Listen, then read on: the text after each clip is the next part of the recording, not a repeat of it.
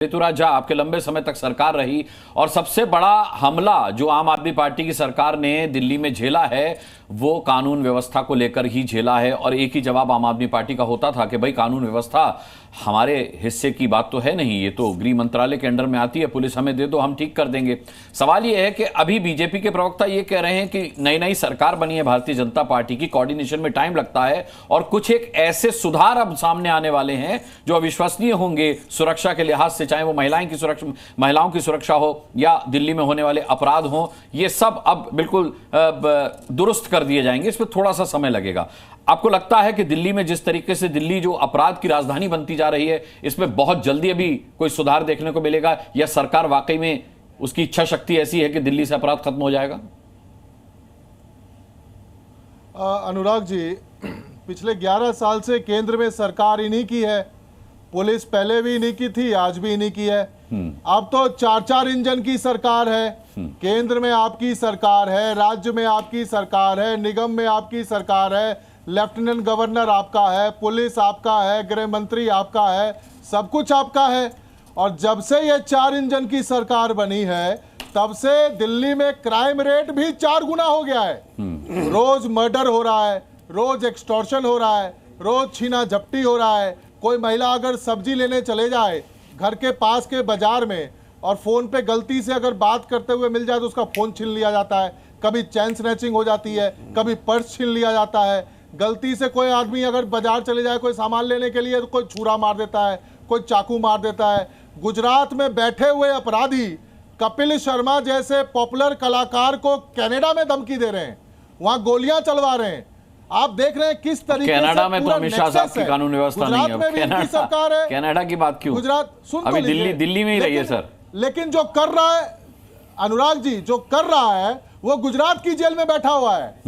यहाँ दिल्ली में क्या हो रहा है सोचिए। व्यापारी भयभीत है, महिलाएं ऐसा लगता है आप घर से बाहर निकलेंगे। आप मुझे बताइए, एनसीआरबी की रिपोर्ट कहती है दिल्ली को इन्होंने रेप कैपिटल बना दिया, इन्होंने क्राइम कैपिटल बना दिया, एक्सटॉर्शन कैपिटल बना दिया। ये हो क्या रहा है दिल्ली के अंदर में? कर क्या रहे ये लोग? कौन ठीक करने के लिए आएगा? इसको ठीक करने के लिए भी डोनाल्ड ट्रंप आएगा क्या? डोनाल्ड ट्रंप कनाडा, गुजरात या दिल्ली छोड़कर कहां पूरी दुनिया, नितिन त्यागी जी। अनुराग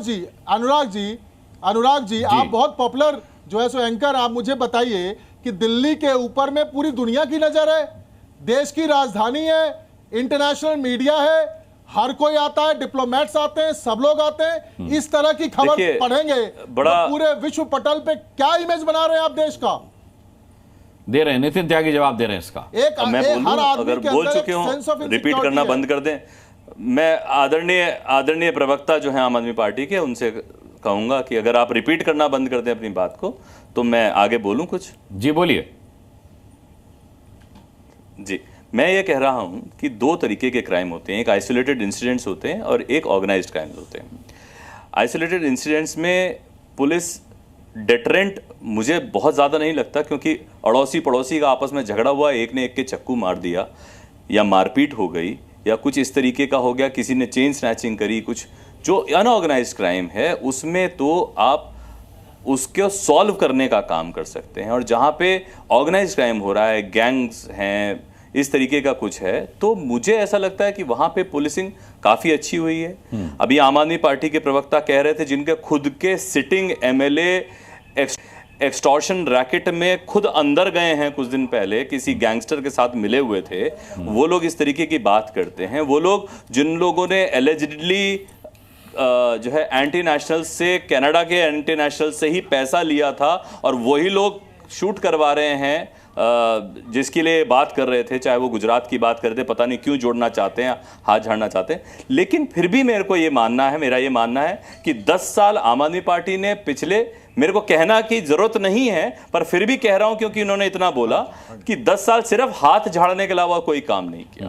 किसी ने कोई कोऑर्डिनेशन की बात नहीं करी कभी भी पुलिस के साथ में मिलके, हमेशा ब्लेम गेम खेलने की कोशिश करी। आज कोऑर्डिनेशन बिल्कुल सही बात है, ट्रिपल इंजन सरकार है, डबल इंजन सरकार है, और मैं ये मानता हूं कि जिम्मेदारी पूरी की पूरी दिल्ली सरकार और केंद्र सरकार की बनती है। आज की तारीख में भारतीय जनता पार्टी की दोनों सरकारें हैं और मिलके काम करेंगे, दिल्ली को बेहतर बनाने की कोशिश कर रहे हैं। दिल्ली को बदनाम करने की कोशिश ना की जाए। ये इंडिविजुअल इंसिडेंट्स को उठा के अगर ये इसको क्राइम कैपिटल बोलने लगेंगे तो पंजाब को क्या कहेंगे? तो दिल्ली को बदनाम करने की कोशिश नहीं करता। सुननी चाहिए पास रामकृपाल जी। नहीं, व्यथा सुनाना अलग बात होती है। आपकी रिपोर्ट है, केंद्र सरकार की सारे के सारे बैठे पंजाब के बारे में बात कर लें, पंजाब के बारे में बात कर लें, नशा मुक्त करने की बात करते हैं। इनका सीएम खुद नशे में, पूरा का पूरा नशे में घूमता है सीएम इनका।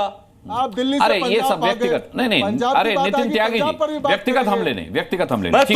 तुम कनाडा तक पहुंच सकते हो, मैं पंजाब की भी बात ना करूं। तुम कनाडा पहुंच सकते हो, मैं पंजाब की बात भी नहीं करूंगा। पंजाब, अरे आप गुस्सा क्यों हो रहे त्यागी जी? भाई पंजाब की बात आएगी, पंजाब की बात करेंगे। नहीं ऋतुराज भाई, आप जो ऋतुराज भाई भाई वही मैं कह रहा हूं आपसे। आप कनाडा पहुंच गए ऋतुराज भाई, आप कनाडा पहुंच गए, आप कनाडा पहुंच गए। मैंने तो पंजाब की बात करी, पंजाब नशा मुक्ति की बात कर रहे थे, वहां सीएम ही नशे में घूमता मिल जाता है। आपके जेल में बैठा हुआ थोड़ा कोशिश करिए ना, आप कनाडा तक थोड़ा कोशिश करिए।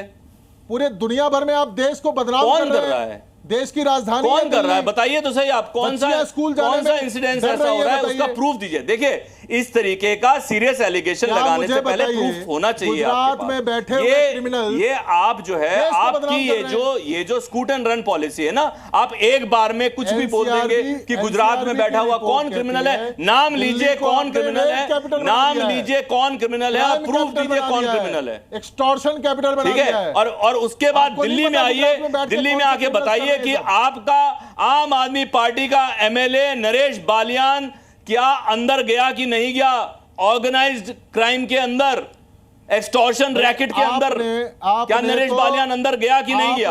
आम आदमी पार्टी का सिटिंग एमएलए था। सतेंद्र जैन पर भी रिकॉर्डिंग आई, उसकी रिकॉर्डिंग थी, और आप लोग बात कर रहे हो जो सीबीआई की रेड किया, बाइज्जत बरी हो गए। बताइए आपका झूठे केसों से कुछ नहीं होता है। सतेंद्र जैन पे भी केस किए, सीबीआई रेड किए, उसके बाद सीबीआई कहती है हमारे पास सबूत नहीं है। ये भी बता देता हूं, केस को बंद करना पड़ेगा। आम आदमी पार्टी के टाइम पे तो एक बहाना था।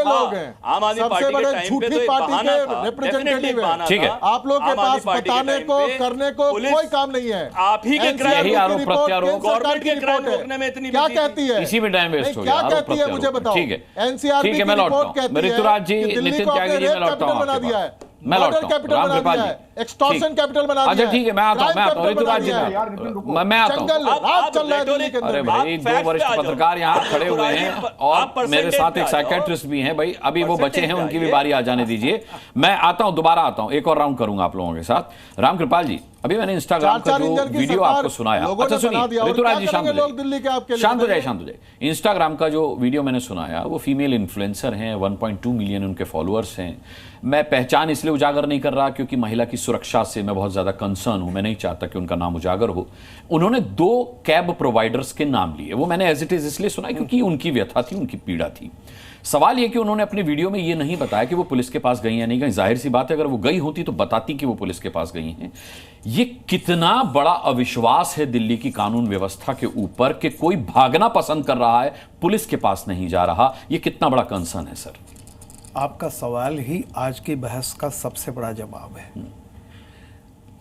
जो लोग, मैं मानता हूं कि अभी जो पुलिस के अधिकारी कह रहे थे, मैं सम्मान करता हूं उनकी बात का, लेकिन देखिए ज़मीनी सच्चाई ये है कि मेरे साथ भी अगर कल को, मैं संपादक रहा हूँ 20 साल, कल को इस घटना, इससे ऐसी कोई मतलब रोड रेज हो जाता है, मैं हमेशा हाथ जोड़ के भैया ठीक है आप चलो हम जाते हैं। मैं भी पुलिस थाने जाने से बचता हूँ, मैं रिटायर्ड हूँ, लेकिन ईमानदारी से बता रहा हूँ। आम आदमी जब तक उसका कोई रसूख नहीं है, वो सुन लेना और सह लेने वाला होता है। क्योंकि आज की जो संस्थाएं हैं उन पे ये भरोसा नहीं है इतना। वो समझता है कि जो अभी ट्रबल हुई है, अगर मैं इसमें जाऊंगा तो मुझे और परेशानियां गुजरनी पड़ेंगी। ईमानदारी की बात यह है, चाहे सत्ता आज बीजेपी की हो, चाहे आम आदमी पार्टी, चाहे कोई भी हो, एक बात तो हमको मानना पड़ेगा, जो व्यवस्था आम आदमी की सुरक्षा के लिए बनाई गई थी उस व्यवस्था के जो लूप होल्स हैं जिनको दूर करना चाहिए, उनको कहीं ना कहीं से प्रश्रय दिया जाता है इस सिस्टम में बैठने के लिए। मैं एक बात कहूंगा, बहुत पहले रघुवीर सहाय ने एक संपादकीय लिखा था। उन्होंने एक जो शब्द लिखे थे वो तो बड़े कठिन शब्द थे हिंदी। उनका सिंपल कहना यह था कि जो भी व्यवस्था की बुराई है उससे सहयोग किए बिना, उससे सगाई किए बिना आप सत्ता की कुर्सी पर नहीं बैठ सकते। नतीजा क्या होता है? व्यवस्था की विकृतियों से सहअस्तित्व। अब आपको मैं एक बात बताऊं, देखिए इसी बात पर, जिस पर कोई विवाद नहीं होना चाहिए था हम पार्टियों में भी, कि हाँ अपराध बढ़ रहा है और अपराध किसी पार्टी के नाते नहीं बढ़ रहा है। माफ कीजिएगा, अपराध दिल्ली में जब रंगा और बिल्ला का काम हुआ था तब भी हम जानते हैं कि दिल्ली में क्या हुआ था। उसके बाद जो वो लड़की के साथ जो भी हुआ था निर्भया का, बहुत सारी चीजें होती हैं। लेकिन एक जब कोई वीआईपी केस होता है तो हमारी बहुत सारा हम उस पर डिबेट करते हैं। लेकिन बार बार जो ये चीजें होती हैं तो कहीं ना कहीं से जो आज की व्यवस्था है, एक बात मेरा कहना था कि सभी पार्टियां इस बात को देखें कि हमारे कहीं ना कहीं से जिसको एक डिटरेंस बोलते हैं, डर हो लोगों में, अपराधियों में डर हो। अपराधी जानता है कि यहां से निकलने के बाद अगर 2 थप्पड़ मार भी दूंगा ये थाने नहीं जाएगा। एक तो उसका मन बढ़ा हुआ है। दूसरी एक चीज ये देखिए, प्रवृत्ति जो बढ़ रही है, बहुत सारे जो गैंग्स हैं वो अब जुवेनाइल को शामिल कर रहे हैं, क्योंकि एक उनको होता है कि ये जल्दी छूट जाएगा, जेल में नहीं जाएगा। आपने देखा होगा वो जो लॉरेंस बिश्नोई गैंग में भी अब इस तरह के लोग रिक्रूट किए जा रहे हैं। हमको देख करके इस बात को, जो भी आज सरकार में है, उसको ये कहना कि नहीं सब कुछ ठीक हो रहा है, मैं मानता हूं कि सबसे पहले ये स्वीकारोक्ति होती है, जैसे त्यागी जी ने कहा, माना है उन्होंने। आप स्वीकार कीजिए और ये सारी पार्टियों का सहयोग लेकर के कि आप देखिए कि कहाँ है थाने की इज्जत क्यों नहीं आज की तारीख में। पुलिस पैसे मांगती है FIR दर्ज करने के लिए, इस बात को हम बिल्कुल इनकार नहीं कर सकते हैं। हो सकता है कि कुछ केसेस में ना हो, लेकिन ज्यादातर जो छोटे लेवल पर है करप्शन उसी तरह का है मेरा कहना। और जो ये आप रैपिड वाली बात जो बता रहे हैं, जी। ये देखिए जैसे जैसे टेक्नोलॉजी बढ़ रही है, बहुत सारी चीजें बढ़ रही हैं। अब क्या हो गया जरा सा, अब कौन किसको रिकॉर्ड कर रहा है, कौन किसको नहीं, वो जो महिला ने लिखा हुआ है। कैब ड्राइवर धमकी दे रहा है। हाँ वही कह रहा हूं, क्योंकि मैं एक थाने और में, ये जानते हुए सर कि ऑन रिकॉर्ड है उसका नाम। बस एक मैं घटना बता रहा हूं। मैं संपादक था तो हम संपादकों को भी जाना पड़ता है कई मुकदमे में। एक जुवेनाइल का केस था, उसमें मैं गया हुआ था कहीं उसमें केस में। वहां मैंने देखा कुछ लोग पकड़ के आए थे और वो हथकड़ियों में बंधे हुए थे। अच्छा। वो मुस्करा रहे थे, तो मैं वहां बाहर खड़ा था, मेरी तब तक पुकार नहीं आई थी उसकी। वो सब आपस में बात कर रहे थे, अरे 2 घंटे की बात है, अभी तो जमानत मिल जाएगी, चल छूट, तू पिछली बार कब आया था, फलाना बार।